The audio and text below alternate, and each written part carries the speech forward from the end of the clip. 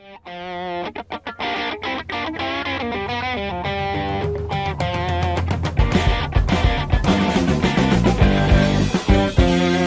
everybody, welcome to your TraderMerlin show for your Thursday afternoon edition. I got disappointing news. For the second week in a row, on a Thursday, Brandon Wendell has flaked on me. So no Brandon today. I'll have to let him come on his own accord. I'm not going to schedule it because getting bailed on sucks.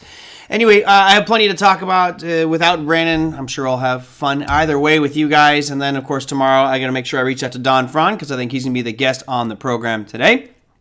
All right.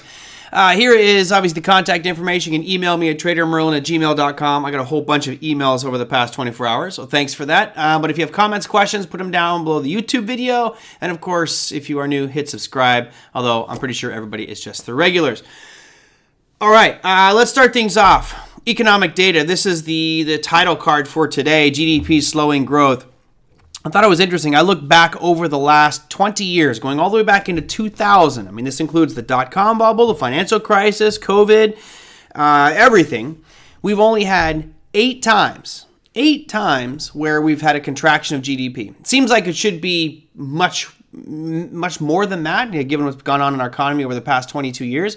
But it's actually 8 times. And I'll run through all the economic data and let you guys know where we stand, how it stacks up, and what it might mean for our markets going forward. So let me get things going here. We'll run through to begin with your economic data. Now, there's in the red box are the numbers we're talking about. You can see the top one there says advanced GDP. It was 6.9% for the previous quarter. They thought it was going to drop from 6.9% to 1.1%. So obviously a significant drop, but not negative. In reality, we came out at negative 1.4%. So that is just a massive swing in GDP numbers. And I'll dive deeper into this here in just a little bit. But I also want you to notice a couple other things, or at least one in particular. You had the GDP numbers decline significantly. Now, granted, it's 1 point data. That 1 point does not make a trend, but it is definitely noteworthy. Right underneath that in the red box as well, you see USD Advanced GDP Price Index. This gives you a little bit more of an indication of what inflation might look like. And they were expecting inflation numbers to go from 7.1% to 7.2%, obviously reflecting this increasing inflation. Instead of going up just 0.1%, we increased 0.9%. So you have two like gut punches. Like if you're an economist, if you're somebody who's looking at the macro picture of the market, these are Mike Tyson haymaker type punches that just should, in theory, take the air out of you. Now, we'll show you the price charts here in a second, see what happened. But I want to look at that advanced GDP a little bit closer. Here are the times that I was mentioning. You had back here in 2001, we went negative on GDP. We had like three or four times in 2008 to 2009. Of course, the two giant blips here because of the COVID pandemic. And then all of a sudden, here we are drifting down. Now, what bothers me about this is let me see if I can grab a pen over here. My drawing tools have not been working that great lately, but I will do my best to make this work for everybody. Let's see. No. There it goes. So if you look right here, from that point, the Fed has put in $15 trillion in the market. Just from here and over. So when you pump that much money in the market, your market should go absolutely gangbusters. And of course, when you look at the long-term picture of our equity markets, it has gone gangbusters. Here is, I'm going to put SPY on this just for a sec so you guys can see that one. And here you go. There's your SPY. And you can see from that same point that I just marked up on your screen, which is right around the beginning of 2020, which is right 2020, right about there. Okay, let me take that line off here. So you can see that big vertical line. That's when they started doing massive capital infusions, and look what our markets did. Well, lo and behold, you should see that reflected because of the amount of money that's put in. Now, we have this massive influx of capital, but all of a sudden, instead of it continuing up, we're actually getting more of this rounding formation, and now all of a sudden, we are down below the zero line. This is concerning. Because you think they're going to come up with another $15 trillion to flood the market? No. Matter of fact, they're pulling money away from the market right now by selling these bonds, mortgage-backed securities, etc. So I'm very curious to see what the next quarter reading is going to be on this GDP number, but that is not a good sign. Only the 8th time in the last 22 years we've gone negative, and it's just the way we've gone negative. If you notice the other ones, if you look back here, it was a slow traverse down, right? We saw that arrow over there. Here, same thing. You had a slow traverse down, and those are major market corrections. Of course, we could forget about the outlier here, which is the COVID. That's, in my mind, you're probably never going to see these types of fluctuations again. Not in my lifetime, I don't think. But what happened here is we don't have a slow trend down. We've got this sharp, just whap, move to the south side, and that's with an extra $15 trillion in the market. So to me, kind of crazy to see that big of a swing. And if this does continue down and things slow, how are they going to fuel it? Yeah, definitely Big Gab. That dollar, oh boy, howdy. So that was the major piece for today, was obviously the GDP numbers. Now, what was really shocking, and to me it was shocking, I had some, I was planning on going short. I thought we were going to break down below that demand zone that's kind of been long-standing. Of course, then you have the Facebook earnings, which made me feel like we'd have at least a little pop-up, but I thought it would sell off. Didn't happen. Let's show you what happened with that economic data as it was rolled out. So I'm going to go to a 5-minute chart here of the S&P, and I'm using SPY. We could pretty much use anything. But you can see at 5:30 in the morning, which is right where my cursor is, right here, that's when those GDP numbers came out. And from that point, it sold off. The market had a little bit of a jitter, sold off a little bit more, and then all of a sudden, for whatever reason, you could point a finger at a lot of different things, but the markets, yeah, I agree with Zanzibar. Markets seem to be the opposite of the obvious all the time. Yeah. And that was what happened today. Just a huge rip up. And granted, Facebook started things off because of their great earnings last night. You can see here's the Facebook's chart just so we can see that one. Obviously Facebook last night really helping boost the NASDAQ, which of course was hands down the lead dog today. NASDAQ up about 2.39% on the session, and that's actually drifting down a little bit in the after hours given what's going on with Amazon and with Apple, and I'll get to that in a second.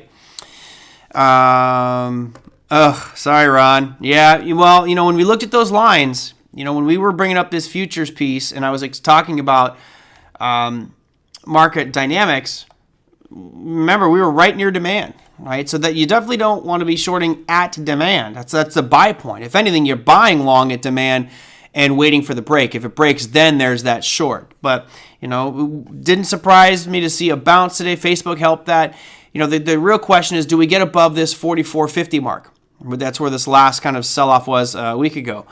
So right now, I believe we're still making lower highs, still making lower lows, even though this one did break it. This high that I'm going back to March 25th on, or 29th. It's really about if we get below 4,100. That is a real line in the sand, in my opinion. And if those highs keep getting lower and keep pressing down, I definitely foresee something that looks like this. Let me draw it on the chart for you. I see something that might look like this.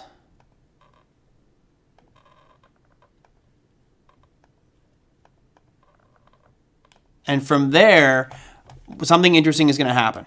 And my guess is it will look like this. Oops. Once we get this little pop up, right, it's going to be bouncing, but it's like the ball. It's going to be constantly making these little lower lows. Once we get that, I think what you're ultimately going to see on this breakdown is going to be a breakdown. It's going to come right back up because of some intervention. And then I think you'll see it start to trend back down. But, that's kind of what happened back here. It broke the lows, tiptoed across it, and then ripped back up. And I think you're going to constantly get to see that to kind of keep washing out people who go short, to try to get them to buy as this thing staggers to the south side. So anyway, that's what I see going on with our overall markets. It doesn't look good in my opinion. Let me delete some of this stuff because I just made an absolute mess on the screen. The has been falling since March, so maybe the market looked ahead and had priced in all this GDP. I don't think so. I mean, GDP falls one thing, but remember, there's GDP is one element of this. See if I can get to a listener question here because it was actually ties right into this. 1 second. I'm going to read it here because I think it ties to this topic. Les put this one on the YouTube channel. Said, yesterday you said 3 things are necessary for stagflation. And for those who aren't versed on what stagflation usually is, it's unemployment is going to be rising. We don't really have that, although we could make the argument that labor participation rates are certainly not factored into this. So you have unemployment rising. Right now it's actually rather flat. I can show you charts if you want. You have GDP slowing. And up until today, you can be like, no, actually GDP looks okay. Now you actually have GDP slowing. And the last one is inflation. That's increasing. So right now, in my opinion, the only one of those 3 that's not lining up is unemployment. And that might start to surge here a little bit here soon. So let me finish reading this question so we can get Les's question answered. Since the Fed fights inflation by raising interest rates to slow the economy, that would automatically cause the second item to kick in, which is a slowing economy, which is what we're seeing right now. My question, to finally get to this, that whenever we have inflation, we will soon get, thanks to the Fed, 2 out of 3 items for stagflation, not stagnation, stagflation. So why worry when we have 2 out of 3? I'm not worried, right? For us, for you, for me, for everybody, hey Chris, good to see you. For everybody here, it's not about worrying and saying, oh, stagflation's here. It's anticipatory. I think that's how we should base our trades. You're anticipating that something's going to happen. I'm anticipating that the S&P is going to bounce at demand zone, or I think Bitcoin's going to fall from supply. It's anticipation of what's going to go on with price action. And when we start to look at big quantifiers for our market, inflation, deflation, depression, recession, stagflation, those types of big market terms, those are far more moving than, hey, markets were up today, right? Because those are headline news. Every day the market's up, every day the market's down. Who cares? It's no big deal. But when you say, hey, we're in depression, you say the word depression, people automatically think of the 1930s. Like, oh no, I'm going to be like scraping through garbage cans for food. It just conjures up those emotions. So those big labels become very, very emotional and they drive markets. So I'm not worried about stagflation. I will position myself accordingly and hopefully capitalize on whatever stagflation presents to me in my personal situation. And I hope that you all do the same thing. Now, I'm anticipating, because we had out of those 3 elements, right? You look at unemployment, GDP, and inflation. The only one that we know we can see rampantly, and we can all feel it, is inflation.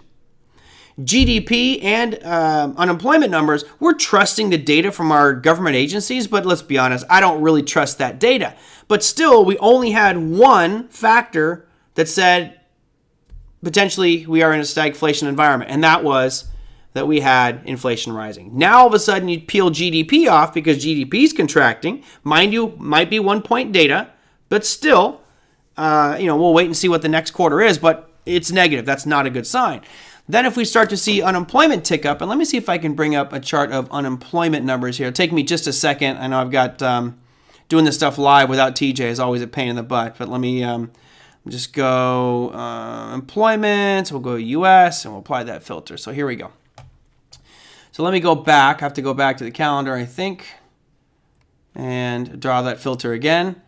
So go none, employment, none, USD. All right, so now we'll go back to the previous unemployment number, which was back here on the 8th. Unemployment rate.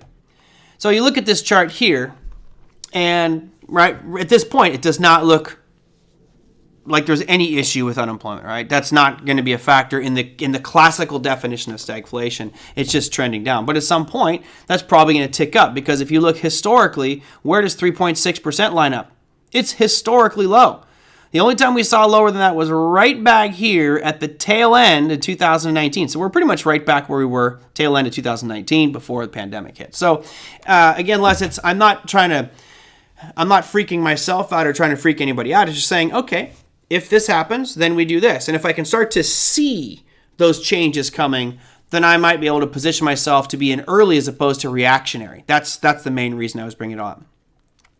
Tom, I agree with you 100%. He said unemployment rate is bogus. Total employment is off by 1 million. Yeah, there is. There was a gentleman, I believe his name is Peter J. Wallison. He was actually on the Power Trading Radio Show. John O'Donnell and I interviewed him many years ago. I think it was Peter J. Wallison. I'm pretty sure it was Wallison. I've interviewed a lot of people over the years. But this guy was saying, he worked for the BLS, Bureau of Labor Statistics. Okay, great. And I asked him, I said, do you guys modify the data, do you modify it at all? I mean, what do you do any tweaks? He goes, yeah, we modify it to fit a political agenda. And I was like, how the hell am I supposed to trust the data that comes out of your mouth? So what you can do, a lot of people like to look at the U3 unemployment rate. Let me bring this up for you so you guys can see that. There it is. So there's a table. Oh, no. That's not the one. There's a table. There it is, BLS, that gives you the unemployment numbers, right? So what the media quotes you is this one here, U3. And it's saying right now we're at 3.6%, which is amazing compared to where we were. And thanks, that was a good one, Shinobi. I like that.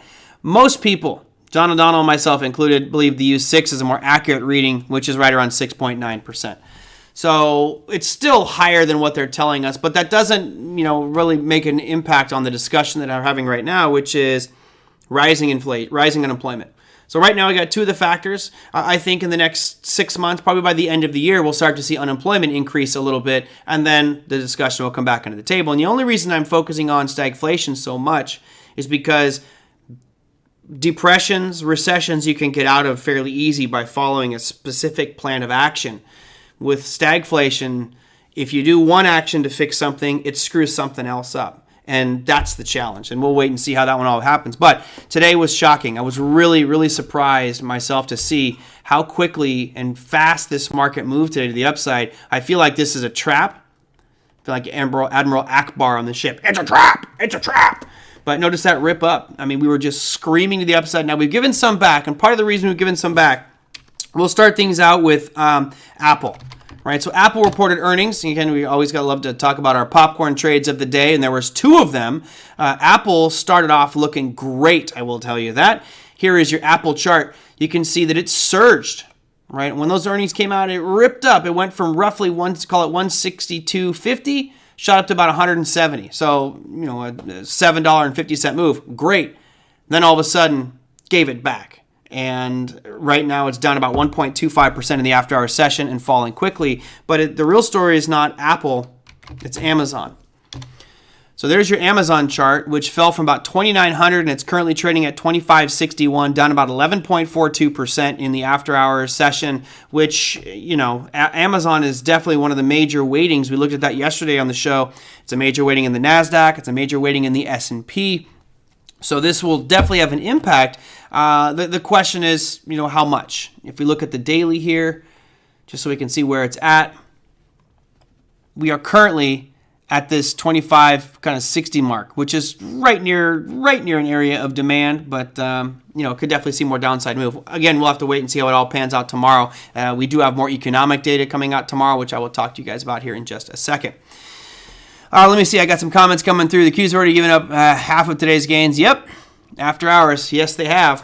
Gotta love that. And I use the NQ because that's going to trade a little more smoothly than the NASDAQ 100 ETF. But if you look here in the last 5 minutes, right, here's your futures. Markets close right there. Boom. Ripping down. Giving back a lot of it. And we'll see. Poor Bezos. I'm pretty sure Shmev, he's not too worried about it. Let's see. On the monthly ES chart, it looks like we go back to 32.20. GDP, inflation, interest rates, housing, etc. Very well could be. I mean, I don't know. I'm trying not to get too big into the long-term forecasting thing. I'm really just trying to plan out trades, and hopefully those trades turn into something bigger. You mentioned 32.20. You look at that level, it would make sense. You've got this nice little double tap right here. Sure, that certainly becomes a target. There's obviously a lot of smaller stepping stones along the way if we get there. But really, this picture has to follow through. And what we're seeing now, initially I had this nice head and shoulders pattern. It broke, but then this high ruined it all for me. All right, this high that we have on March 30th. Ruined that one, got me out. Okay, it is what it is. At this point, now it looks like it's starting to challenge itself again. And this is one of the things I don't like about technical analysis is because people will make up anything, and I'll show you exactly what I'm talking about. Let's do this. So here, let's just say we go, okay, here is our right shoulder, or sorry, left shoulder. There's your head. Why is it not staying on? There we go. There's your head. Falls all the way. So my initial one looked like this. Right? That's what my initial head and shoulders. You guys all remember? Oops. You guys all remember this? That's what it looked like for me. Right there, it looked like that. So that was my plan. Followed through. Made a little bit of money, but gave back a lot of my gains. With technical analysis, what they'll do now is they will tweak this and go, oh, well, you know what? This is the shoulder over here. Now we have a little different picture. And then you draw your line across the bottom. And anyway, you get my point. It's just basically, there's an old phrase that I love. It says, if you torture the chart long enough, it'll tell you anything that you want to hear. So, you know, theoretically, technically, you could still argue this is a head and shoulders, just the shoulder was off. Fine, whatever. Bottom line is I'm waiting for it to break below a baseline. In this case, 4,100. If that happens, I think you got some more downside move. Period. Done.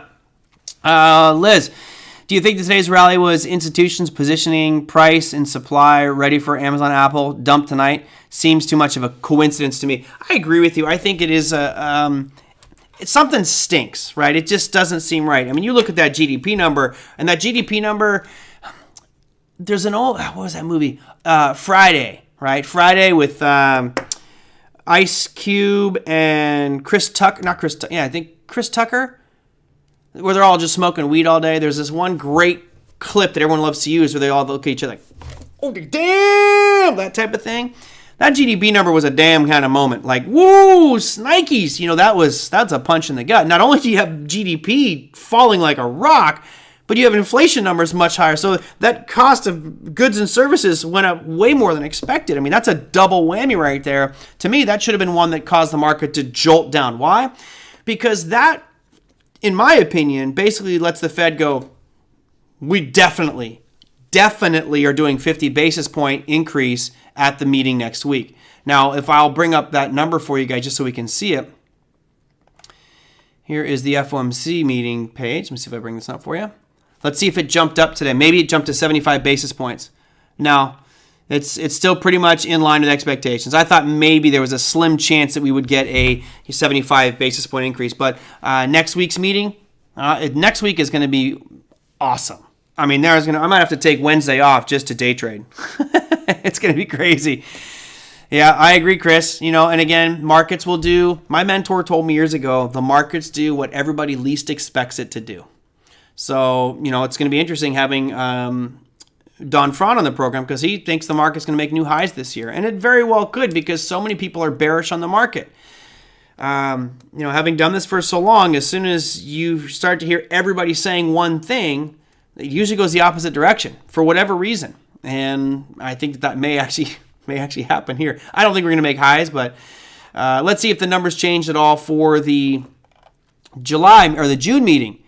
And they did. So we actually got, because of today's action, the odds of a 75 basis point rate increase happening at the June meeting just increased by about 8%. So there you go. Fun stuff.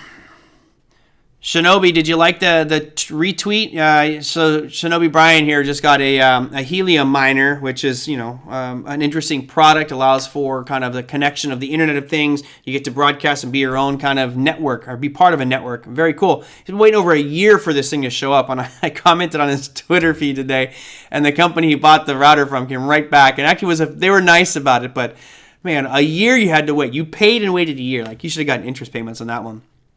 All right, let's see. Yeah, Milagro, we just looked at Apple. It's definitely tanking.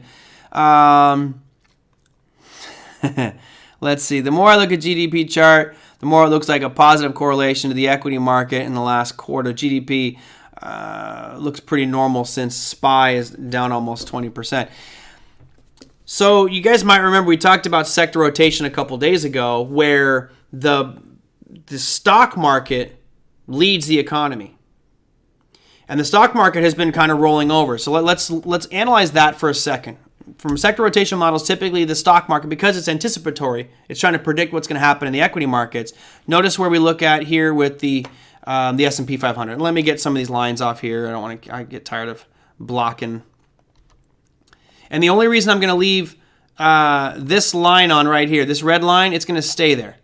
This is forecasting a 20% increase. This is where we went inverted yield curve. And there's a historical piece that says when we go inverted on the yield curve, the markets actually trend up on average about 20%, which is very interesting to me. I kind of was blown away by that, which would put the markets at a much higher high. So I'm leaving this red line here. But if you look at where we're at, take a peek at what's gone on, and I'll do it just from, let's do it from 2020, the pandemic hit, right? So right, you can see on the left-hand side of your chart, that's the early days that we weren't even in a pandemic, right? It's funny, I actually went on a date with this girl. This was back in January, and if only I was smarter and would have not been such an arrogant jerk. I'm on the date with this girl, and I was going to go on a date with the girl, and she had to cancel because she was so freaked out. And I'm like, well, what's going on? She's like, I can't get an N95 mask. I'm like, N95 mask? Who needs an N95? What are you talking about? She's like, oh, well, there's an outbreak in China. I'm like, whatever. That's fine. You want to? I've been ghosted by dates before where they just flake on me. But saying an N95 mask shortage in China was pretty much a new low for me. But anyway, that was back in January that this happened, and I was thinking, and then in February, you start to hear a little bit more about COVID, and then all of a sudden, mid-February, just whammo, we got that market drop. So look at this market drop here, where you had the aggressive drop, and then really you have three stories. You've got the aggressive sell-off, and then you have just a beautiful uptrend. And now everything in this yellow box, in my opinion, is a transition. Now, I think it's transitioning down. That's just me. So what does it mean? Well, if we look at this compared to GDP for the same period of time, let's go. Oh, my charts I drew all over these charts, but this is the same period of time. Unfortunately, the same period of time would have to be from right here. And it's rolling over. This little part right here, in my opinion, reflects what we're seeing over the past 4 or 5 months with the equity market. So it's rolling over. I think that the equity markets anticipated this market turn. Yeah, Randall, I am definitely happy I dodged that bullet. Right? You guys can add it to the list. Yeah, I heard a guy got dumped over N95 masks. All right, great. So, again, who knows? It's just going to have to be a wait and see type of thing with this market and how it all pans out. But I was definitely, like many of you, shocked at those numbers. Now, let's look at the exact numbers so we can see what the earnings looked like for Apple. And there were a couple others as well. Twitter came out with monstrous earnings. Twitter was supposed to earn 4 cents, came out at 90 cents, which to me, it looks messed up. I mean, how are you off that much on your target? So I'm guessing there's some other stuff that was just bundled in there with what happened with Elon Musk. But who knows if that impacted their earnings because it was only last week. Number one at the top, you see Apple. Apple just barely beat. They were up 1.9%. Amazon, pretty significant miss. I mean, their earnings are cut in half. We knew there was kind of some supply chain shortage, etc., but they were earning $8.73 per share. They reported $4.24. I don't know. I don't usually read into the financials. I like listening to the conference call sometimes, but I don't really dig into the financials. That's not really my thing. But boy, that is a monster miss, down 50% from on their earnings in quarter over quarter. That is pretty crazy to see. Twitter again did really well. Intel did well, although they were down 4%. Kind of strange. Intel does great. They beat earnings and they're down 4% on a day that the market's up 3%. Crazy. Is it still free falling? Let's go back. Apple's going to be. I should actually just bring popcorn onto the show. I just don't want to crunch popcorn in your ear as we do this. Apple down 3%. So I got 3.23% right now. Let's go to the 5 minute because let's see if it's still going. Woo! Nice. And then Amazon still drifting down. All right, so that was most of it. Let me see, how much time do I got left? I got a ton of stuff I got to do, but I had one more question that came through I want to get to from Chris. That's a good question. And then there's another macro piece I want to talk about the Japanese yen for a little bit. Oh, that would make sense.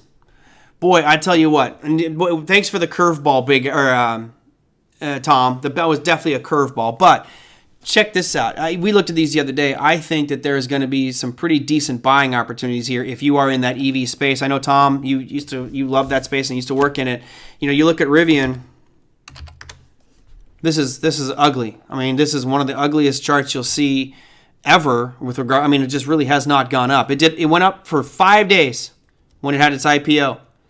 And mind you, I have this blue line here. Its IPO price was supposed to be $78. That's what everybody got a hold of it at. So if you were one of the lucky ones to get Rivian before it went public, you got it at $78. It opened, first trade was 106. Hit a high of about 180, pretty close to 180. And now we're down here at $31 and just drifting lower and lower and lower. You know, if this was very liquid, I would be looking to buy some leaps. Go long term. Go way out there. You know, at a certain point, Rivian will be a buy. It was valued because of all of its metrics and what they were doing at $78. Now, granted, I think that's normally a little bit inflated, but at some point, even though I'm not a huge fan of the vehicle, I don't like the headlights. Headlights drive me nuts. It looks like a circus clown, but the car itself looks pretty cool. I might actually end up buying some. And I agree, yeah, Joe as well. Lucid is also just ugly. Now, Lucid's a bit different because Lucid was a SPAC, right? So you can see the SPAC price started at $10, had that huge spike all the way up to over 60, and now you're at $18.50. You know, does it get back down to 10? Probably not. If it does, probably a good buy. Yeah, exactly. You got some poor son of a bitch. Yeah. You know, that one's bad, but you know what the worst one is? This to me is the worst one. There's some, and I apologize, I mean this in a loving way, but if you're the one that did this, I mean this in a loving way, but there is some clown out there who decided to buy GameStop at $480 a share. Like, seriously? If you just looked at the chart, 30 days before that, it was trading at $20, and you just spent $480, that would probably qualify you as a donkey of the day. And I'm sure that you're probably feeling the pain. But yeah, there's a lot of them out there. There's that one. You got AMC. You know, this is why you just don't chase things. You always, here's the AMC. Where'd the AMC chart go? There's the AMC one. AMC was just ridiculous as well. But, you know, look at where it's going. It's headed right back down to where it should be, you know, in the teens. Oh, Teladoc. A little bit different. That's not an electric car maker, but yeah. You're going to have a lot of this, you know. A lot of these hyped up. Remember, Teladoc was awesome during the pandemic. It should be, right? I mean, you would think that that's where it's going to do great. People don't want to go into the offices. No, well, didn't quite work out so well. All right, Chris, that's a good one. Coin. So I'm bullish on Coin. I know I don't own any right now. Given the fact it had a hammer formation today, I may actually buy some Coinbase. I love what they're doing. They're getting into NFTs. They're investing hundreds of millions of dollars in digital products around the world in crypto. And I think that at some point Coinbase is going to be great. And by the way, remember its IPO price was 160.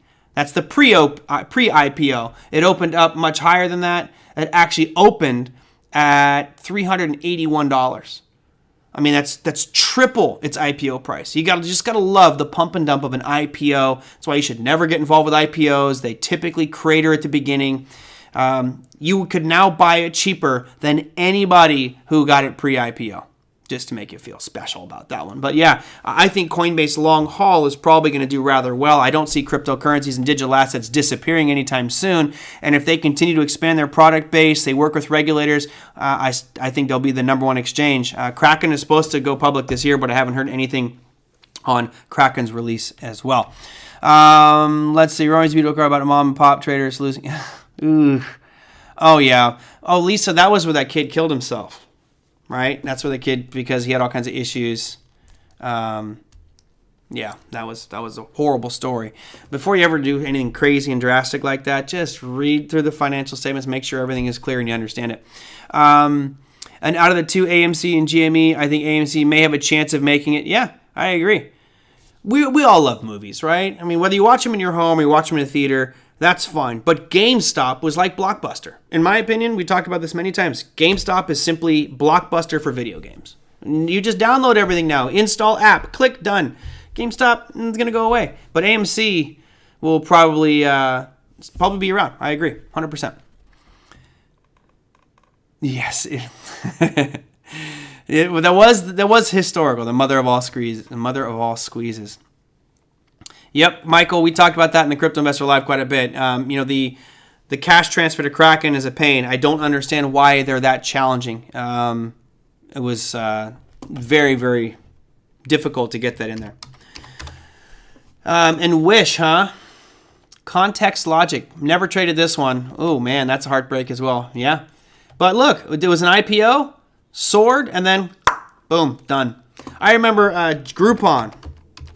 This, I'm going to have to look at the weekly on this one, but I remember when this thing came out, when it did an IPO, people kept asking me, said, what should we do with this? I said, short it. Are you kidding me? Groupon is simply a site that gives you discounts on stuff. I can get that for free in a newspaper. Here's its opening. Its opening price, and this is reverse split adjusted, by the way, just so you know. The equivalent was $560. It's now trading at 20, and it was just like, short this thing, short it, short it, short it. I shorted it for a little bit, but man, I really wish I could have shorted it for longer because this is just the ultimate dog. I even use Groupon, but come on, man. $1 billion market capitalization for somebody who has coupons. Amazing. All right, let me real quickly read this one to you. I want to make sure we get through some stuff. This is a great comment from Chris. Chris says, I have an issue with letting other people's opinions affect my trading. How do you block out all the noise when you're trading or in a swing position? In my opinion, it's actually fairly simple, Chris, and I think you might actually be here today. You have to write down your plan in your own opinion. So, and I feel bad sometimes because I don't want to sway people's opinions. I'm just calling it how I see it, and I'm going to be wrong. The regular viewers here know I've been wrong lots on this program. I got no problem admitting I'm wrong. It's fine. It's part of what it is. There's nobody who will be right all the time. Oh, unless, of course, you're the Mr. Amazing Chicago trader who never makes mistakes, and every level he calls is perfect because he's just this oracle that exists that was investigated by the FTC, and FTC proved that this guy lost money by auditing his trading statements, but he still claims he's successful. But anyway, there's my dig for the day. If you have someone who's influencing you, whether that's Glenn Beck or Jim Cramer or CNBC or Fox or Bloomberg, that's a problem. Again, I have my little list here of rules, and number 3 on it says ignore the news, but listen to every word of it. Listen to every word of it. Why? Because you want to hear what people are saying, but you got to formulate your own opinion. So how do you block that out? Well, it's simple. I would basically look at this and look at a price chart, and you can pick any market you want. Let me go to a daily here, and I'm just going to look at one that we haven't looked at in a long time. How about KLA 10 Core, right? KLAC. So I don't care whether you guys think this thing's bullish. I don't care whether you think it's bearish, going to the moon, going to hell in a handbasket, greatest company in the world, or a steaming pile of dog do. I'm going to look at this and say, what's it telling me? That's how I block people out. What is it telling me? I don't care what you say. No offense. This sounds condescending and like I'm a jerk, but I don't care what you tell me. I care what price tells me. And if you tell me that, hey, I got a guy, he knows a guy, and his guy says that this company sucks, okay, cool. But I'm still going to look at this price chart and go, all right, what do I see? I see that we're basing. I see we're stuck here at 313 on KLA 10 Core. I also noticed that over the past few months, we've been making lower highs and lower lows. So I'm feeling like my bias should be to the short side. Great. So how do I make my trade here? Well, I got one of two ways. I can either look at this and short a rally as it comes up to this trend line, which, okay, fine, you're going with the trend. Or I wait for a breakout trade and wait for it to break down below. And in doing that, I put my stop losses in place. So if I'm wrong, which I could very well be wrong, I know exactly how much I'm willing to risk. Chris, that's how I do it. It's hard because I think as someone who's starting out, and I know many of you are new to trading, new to investing, that's fine. You have to cut your teeth, so to speak, on your own. Learn from other people, right? Feed off their information, learn what causes them to be successful, and more importantly, learn what causes them to be a loser when they lose. From there, craft your own trading plan, but make sure it's yours and you follow your rules. That is really the main thing that I would recommend. And the other thing is use Jim Cramer as an inverse indicator. If he says to buy, sell it. If he says to sell it, you should buy it. Other than that, yeah, just block people out. And again, don't get me wrong, I love talking to people about markets. I like getting your opinions. What do you think? What do you think? And you may actually convince me or make me aware of something that I wasn't paying attention to. That's great. But most important is that I feel comfortable with my decision, because at the end of the day, I don't want to look at Big Ab here and be like, oh man, Big Ab, you totally screwed me. You made me think that this was going to be this way. No. He may have suggested something, and I ran with that or took it as either fact, and I need to do my own research. So It's great to have everybody's opinions and listen to them, but make sure you make your own opinion about something and try not to let them sway you. Yep. It's hard. It's hard because you always think that someone's smarter than you, right? Remember, the financial industry is built on this house of cards where they have told you since you were a little kid, your parents told you, financial advisors, right? Financial advisors are the ones. Oh, Rob, thank you so much, my friend. If I had a frosty cold beverage, I would cheers you for that one. Definitely. Absolutely. Thank you so much. My last drop of water. But we've been told that you need a financial advisor. God, you can't do this on your own. Trading is too difficult for you. Investing requires a certain skill set, and you just don't have it, sir and ma'am. You should come to Fidelity Advisors. Come over to Morgan Stanley Financial Advisors and let us manage your financial future, because your future is too precious to trust with your own hands. I mean, come on. That's what we've been told. That's what we've been taught since we were little kids. And they want you to believe that. And I firmly believe that the amount of intelligence at a Goldman Sachs advisor or financial advisor or CFP is not that high.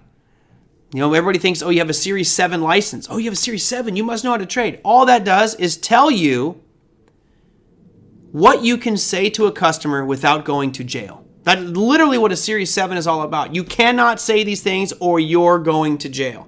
So a Series 7 doesn't make anybody a trader. A Series 63 doesn't make anybody a trader. A Series 55, which I had, which is a registered investment advisor, doesn't make you a trader. It says, here's what you can tell your customers without going to jail. So never think that someone's license makes them a trader.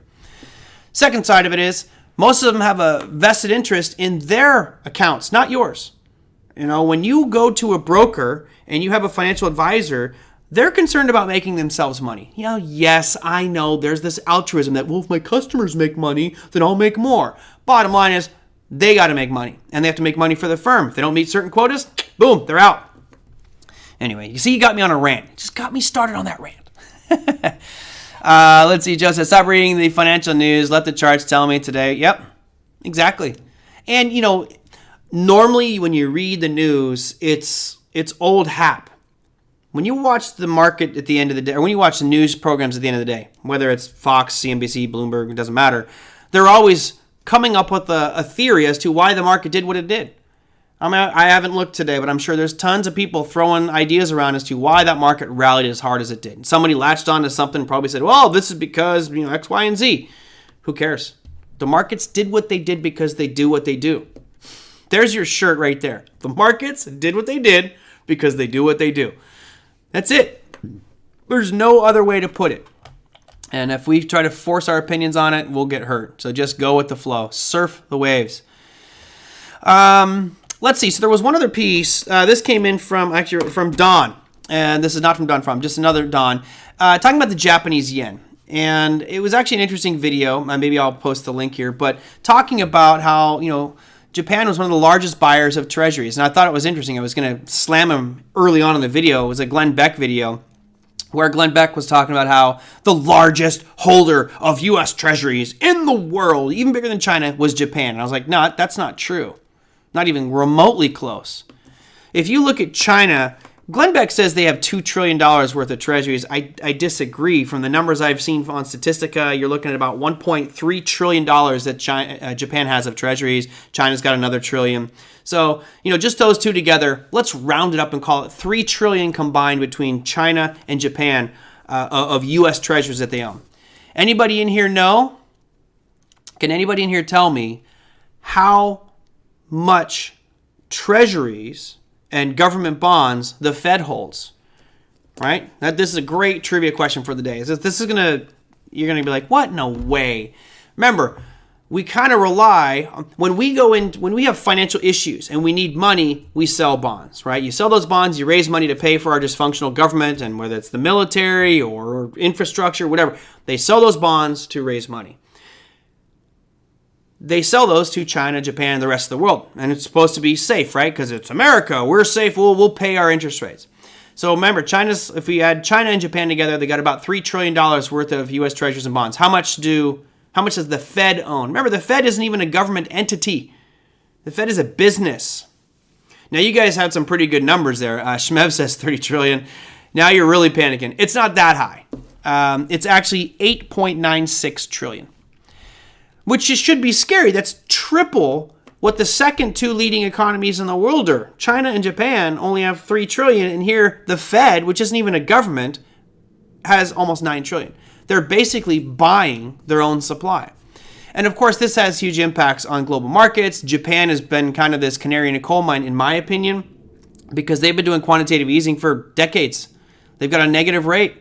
So they issue their bonds, they buy their own bonds. It's a mess. However, at least with their bonds are negative. So they get paid to hold their own bonds. Wait a minute. They're making payments to themselves. It's this feedback loop that just gets really, really wonky and screwy, right? Yep, the market will do what it does. It's true, right? It's all we can say. So, we look at what's going on right now, and Big Ed pointed out that the dollar, we've had just some monster moves in the dollar. Here's the US dollar versus the Japanese yen today. Just another crazy move. And there is a lot of fear right now that Japan could go under, that Japan could default and go under. They have major economic issues. They've got one of the largest debt to GDP ratios in the world. And normally, Big Brother over here, the United States, bails them out. They got a problem, U.S. gets to bail them out. One thing that Glenn Beck got wrong, and Glenn Beck absolutely got this wrong, he says that Japan has a $40 billion military expense, No, they don't. U.S. is the military for Japan. We have been since World War II. Ever since that happened, we're the military for Japan. So that's one area that we was wrong. They have a defense force, but it's not necessarily a military. Anyway, they have massive issues going on in Japan. And if Big Brother, United States, doesn't bail them out, what happens? That whole thing implodes. And again, this is all macro, and I'm thinking it could be something that lasts, 10 years or so. But Japan is kind of our main gateway to Asia. If we have bases in Japan, because the U.S. pretty much runs the military, we can use their bases. If we don't have that, if someone were to come in and take over and remove us from that or default, then what happens to the stability of some of those Asian countries? We're talking about Taiwan. You obviously have China, would love to take back Taiwan, and probably not because Japan's right there. Anyway, lots of other major economic stuff. But bottom line is the dollar is gaining serious strength against the Japanese yen. And here's the overall dollar index, which, look at those candles. Does this look like there's any weakness or any doubt in the direction of the dollar? The dollar is soaring right now. I think when we look back about 5 months ago, we talked about 103 being the target. Why? Because on the weekly, you had this point right here, but that's not the point I'm interested in. It's this one. And notice where we are as of right now. Let's make it a monthly to make it clean for you. There you are. You have a very interesting double top that's hit right now, right? It's hit right now. Question is, what happens after this? And my assumption is you're going to see this dollar continue to rip to the upside. I think it'll have a little bit of a hesitation, but it's going to continue to rip. Remember, they're removing money supply. So 106 is going to be a very easy target. And after 106, that's where it gets interesting. Now you're looking at 119. Now, granted, we could break this apart and show some weekly levels in here, but boy, with this kind of momentum, would not surprise me to see that dollar rise even more. And of course, for anybody who's traveling to Japan, that means that, what are you looking, 150? Scott McCormick literally said 150 on the Japanese yen, and he said that on January 5th.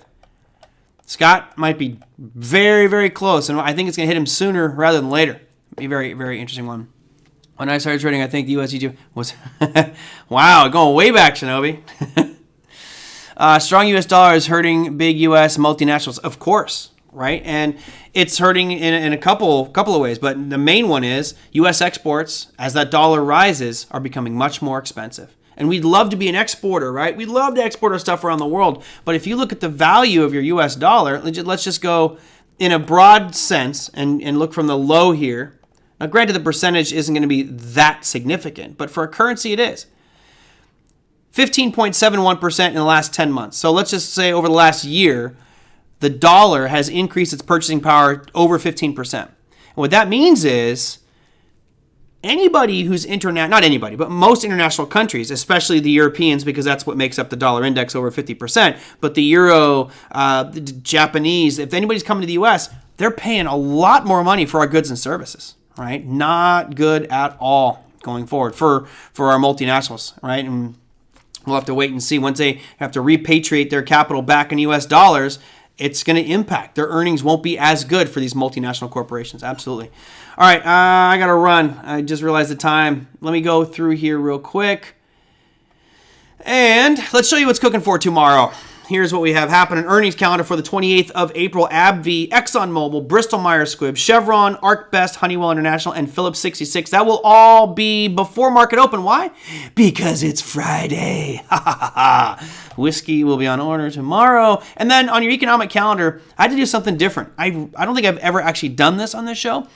But notice the list here. It's monstrous. You've got this huge list of European numbers coming out tomorrow. You've got CPI and PPI and GDP and inflation numbers and retail sales. This whole column is nothing but EU. Well, except for the British pound, which is HPI numbers. That's all Euro and European stuff. Huge.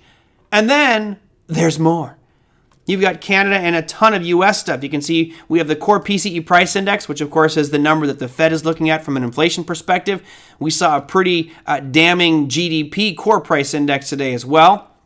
And then you have Chicago PMI, Michigan sentiment numbers coming out tomorrow, and GDP for Canada. So an extremely busy day tomorrow.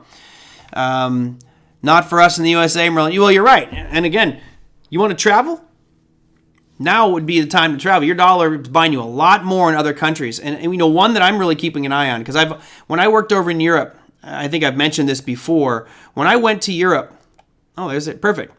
I moved to Italy. Where is it? Let me get the exact, I want the whole chart on the screen. Whole chart. Perfect. I moved to Italy right back here. Vertical line. 2001, right? That's 2002. April of 2001. We're at 0.86 to the dollar. I locked in my contract at that day. It was awesome. Awesome, Joel. Thank you. My whiskey fund's going to be good tomorrow. Thank you, Joel. I appreciate that, my friend. Right down here where you see this vertical line, that's when we were sub parity. Well, really, once we passed December of 2002, we haven't been at parity, right? The euro was just gaining strength, and then peaked in 2008, which is shortly after I got back. I came back to the U.S. back in 2006, so I definitely had a nice gain in my euro account. But if you look at this now, downtrend, my guess is parity is right on order. And after that, do we end up challenging these lows at 80? I mean, that would be crazy to think, but that's what it looks like. Euro's got a lot of problems. I mean, the EU hasn't even started to raise their rates to fight inflation, yet everybody in the world is like biting their knuckles and going, oh my God, inflation is dangerous. And Euro's like, we're good. Not a problem. We'll get to it next year.